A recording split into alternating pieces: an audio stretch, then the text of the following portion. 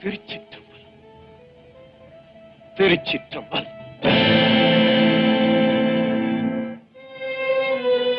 தயவுசெய்து எல்லோரும் சற்று விலகுங்கள்.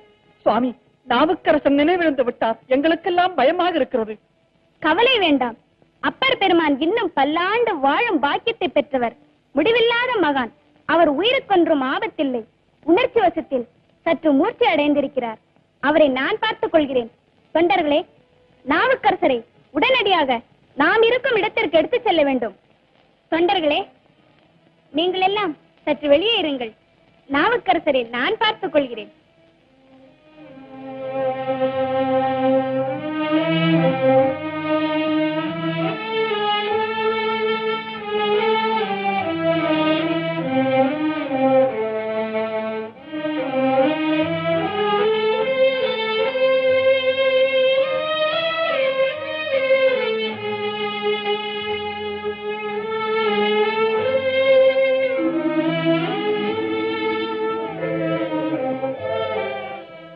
அப்பரே, மெதுவாக மெதுவாக எழுந்திருங்கள்.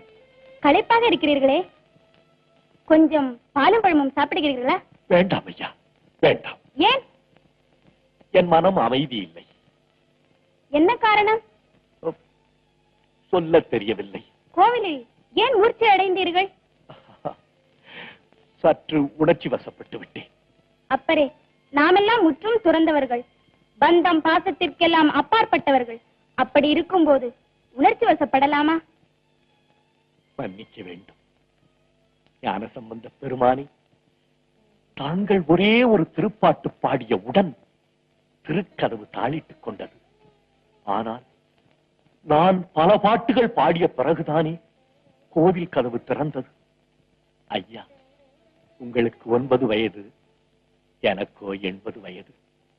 தங்களைப் போல் ஒரு திருப்பாட்டு பாடியவுடன் பலன் கிடைக்க நான் இன்னும் எவ்வளவு பக்குவப்பட வேண்டுமோ அதற்கு வயதேது, என் உடலில் வலுவேது.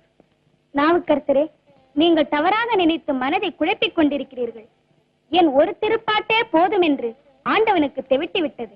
உடனே திருக்கதவை தாளிட்டுக் கொண்டு விட்டார். ஆனால் தாங்கள் பல பாட்டு பாடியும் ஆண்டவனுக்கு தெவிட்டவே இல்லை. அதில் மெய்மறந்து விட்டான். பிறகுதான் தன் சுய நினைவிற்கு வந்திருக்கிறான். உடனே திருக்கதவு திறக்க அருள் செய்து விட்டான். அப்பரே, இதை எண்ணி பார்க்கும்போது தாங்களே உயர்ந்தவர்.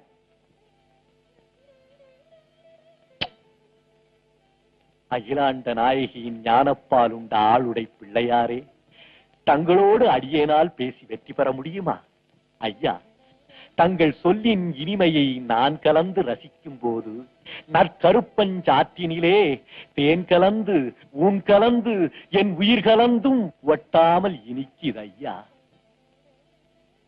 சரி, ஒரே ஒரு விண்ணப்பம். கட்டளையிடுங்கள். அப்பரே, நாம் இருவரும் சேர்ந்தே தொண்டு செய்வதை விட தனித்தனியாக ஆளுக்கு ஒரு திசை சென்று ஆண்டவனின் அருளை பாடலாமே. சொல்லின் செல்வரே, தங்கள் சொற்படி நடக்க காத்திருக்கிறேன் ஐயா. தாங்கள் வடதிசை நோக்கி செல்லுங்கள், நான் தென் திசை நோக்கி செல்கிறேன். உத்தரவையா. நாவுக்கரசரே, இனி உங்களை பிரிந்திருப்பது சற்று வேதனையாகத்தான் இருக்கும். உங்களுக்கே அப்படி என்றால் என் மனம் என்ன பாடுபடும்? ஐயா, அந்த பிரிவின் கொடுமையை ஏட்டிலே எழுத முடியுமோ? இருப்பினும் எந்தை அவன் ஒருவன்தான் அறிவான். நாவுக்கரசரே, மீண்டும் எப்போது சந்திப்போம்?